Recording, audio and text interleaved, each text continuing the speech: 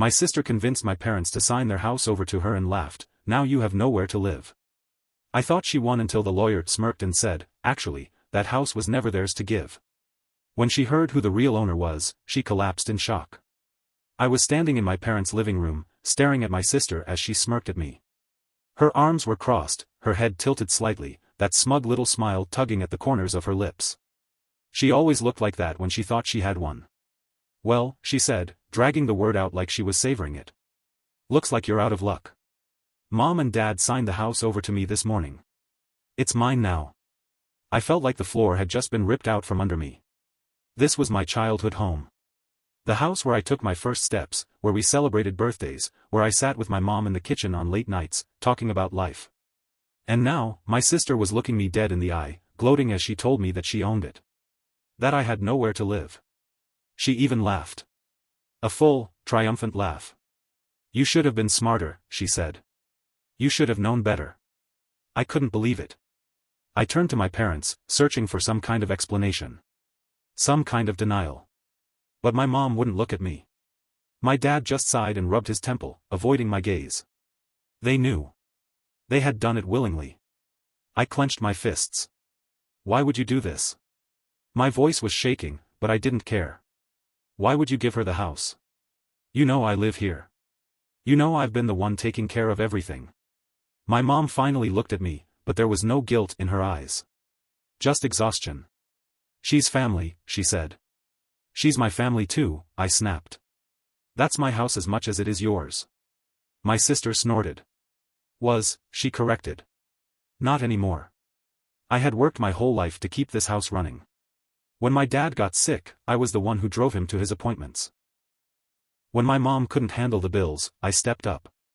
I had poured my time, my money, my effort into keeping this place standing. And now, my sister, who had never lifted a finger for anyone but herself, had taken it from me. I gritted my teeth. "This isn't over," I said. She just rolled her eyes. "Oh, it is. Legally, the house is mine now. You can't do anything about it. And honestly, I think it's time you found your own place. You're, what? Almost 40? It's pathetic that you're still living here." My hands were shaking. I could barely breathe. She had no idea what she had just done. And she had no idea what was coming for her. Because what she didn't know, what none of them had even bothered to look into, was that this house was never actually theirs to give. And the moment the lawyer smirked, I knew I had already won. I didn't argue anymore. I didn't scream or demand answers.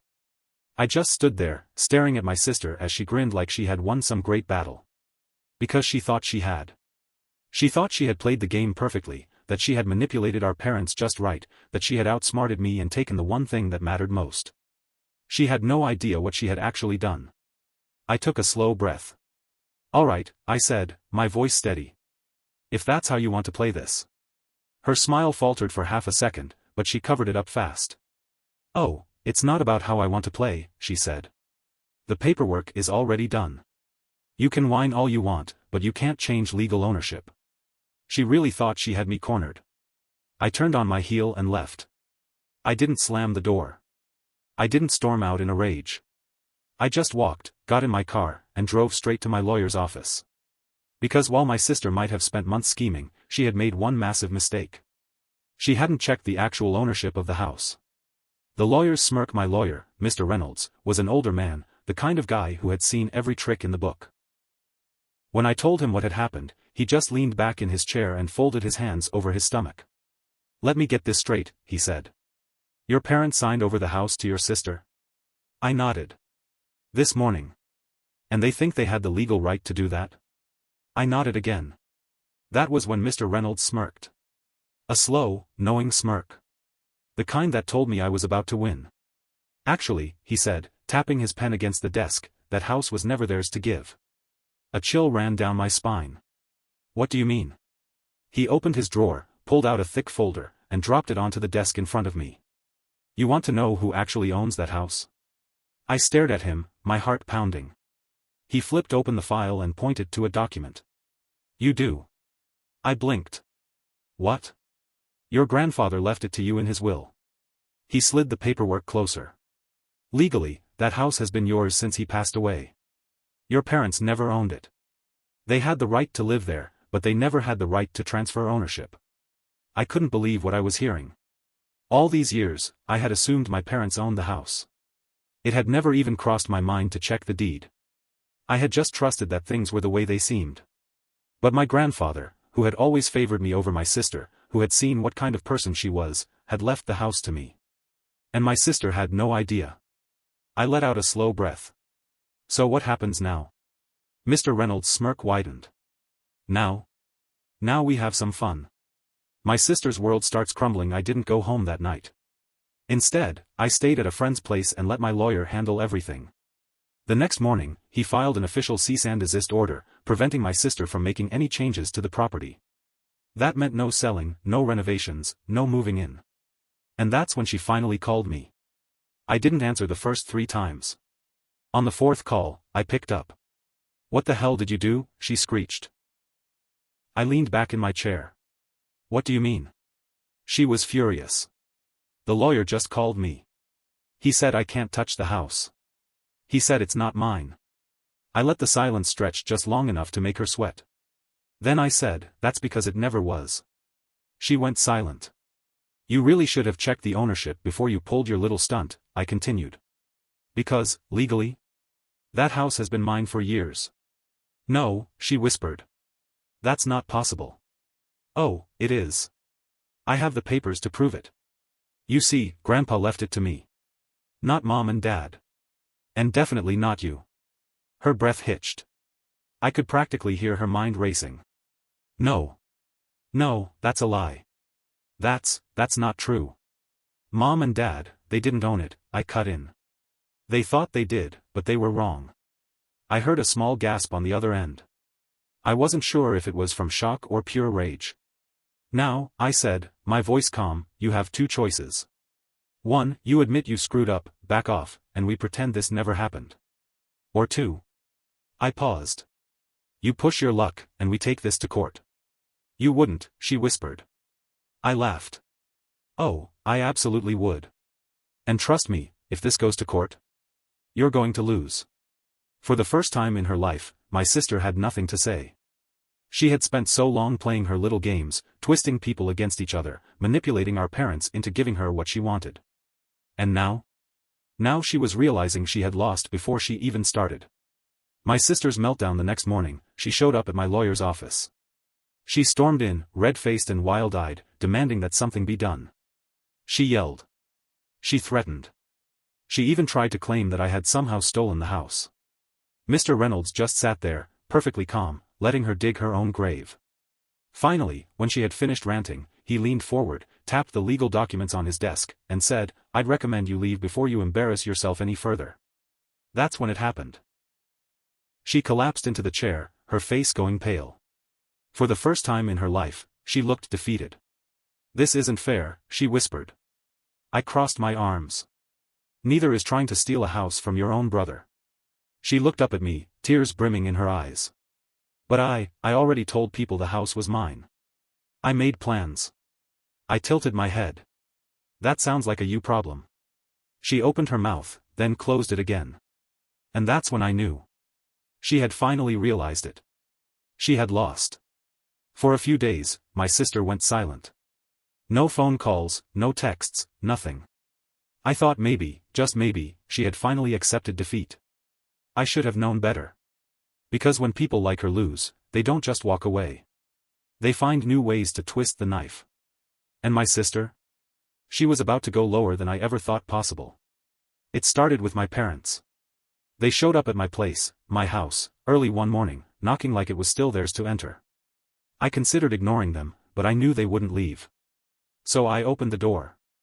My mom looked at me like I had betrayed her. "How could you do this to your sister?" I let out a dry laugh. "Are you serious?" "She's family," my dad muttered, shaking his head. "You're really going to kick her out over some technicality?" I stared at them, trying to wrap my head around the sheer audacity of what they were saying. "A technicality?" I repeated. "She tried to steal my house." "She didn't steal it," my mom snapped.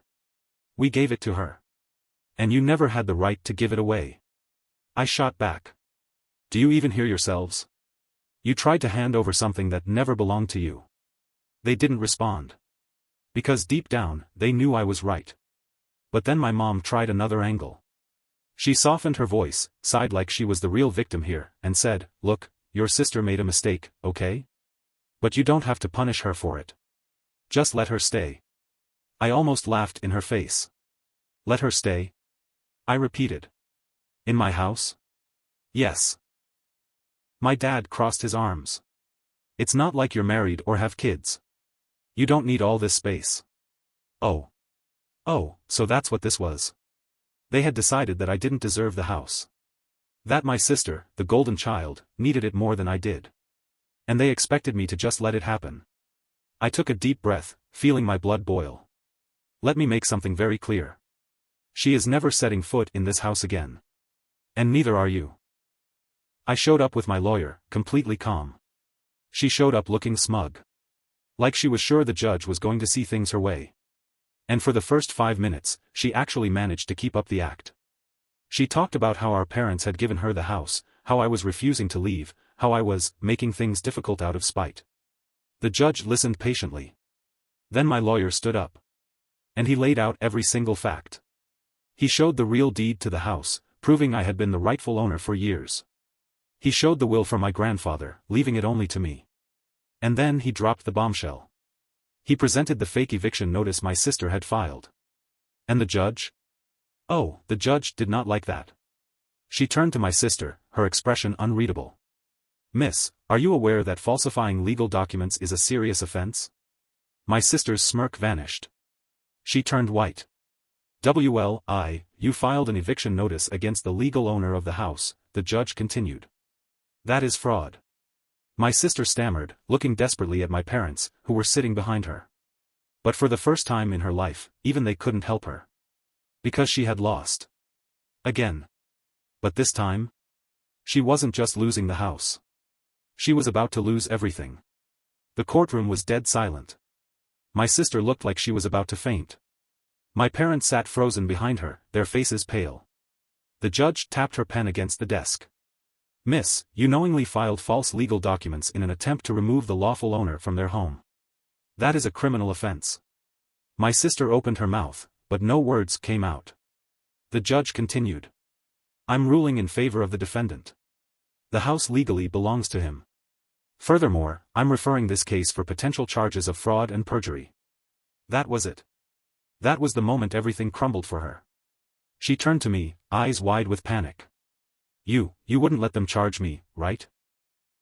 I leaned back in my chair, arms crossed. "Why shouldn't I?" Tears welled in her eyes.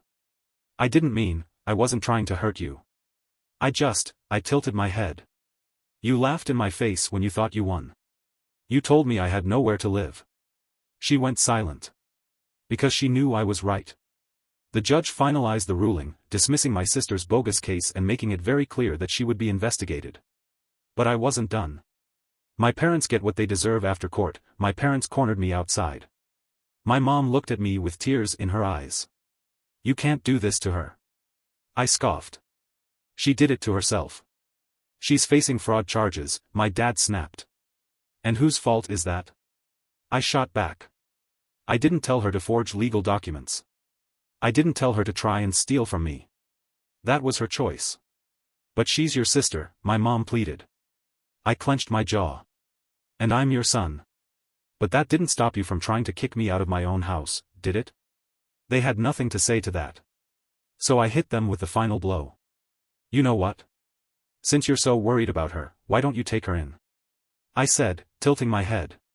"Because she sure as hell isn't coming back to my house." My mom gasped. "You wouldn't." "Oh, I would." I pulled out my phone and scrolled through my notes. In fact, I already had my lawyer draft up a formal eviction notice for both of you. My dad's face turned red. "You can't evict your own parents." "Why not?" I shot back. "You didn't seem to have a problem trying to do it to me." Silence. My mom started crying, shaking her head in disbelief. "Where will we go?" I shrugged. "That's not my problem." Because the truth was, they had made their choice. They had chosen my sister over me. They had tried to take my home. And now? Now they had nothing. The eviction went through. My parents tried to fight it, but they had no legal ground to stand on. They packed up their things and left, dragging my sister with them. They ended up moving into a tiny apartment on the other side of town, far from the nice, spacious house they thought they would live in forever. As for my sister, she did get charged with fraud. The court didn't go easy on her either. She ended up with a hefty fine and a criminal record. And the best part? That perfect, successful image she had built for herself? The one she used to manipulate everyone around her? Gone. No more bragging about her big win. No more looking down on me. Because now, when people talked about her, it wasn't about how smart or clever she was. It was about how she tried to steal from her own brother, and failed spectacularly. The sweetest revenge. I still live in my house. My house. It's quiet now. Peaceful. No more fights. No more betrayal. Just me, finally enjoying what was always meant to be mine. And my parents? My sister? I don't hear from them much these days. But every now and then, I get updates. I hear that my sister is struggling to find work with her criminal record. That my parents regret choosing her over me. That they whisper about how they lost everything. And you know what? I don't feel bad. Not even a little. Because they tried to destroy my life. And all they did was ruin their own.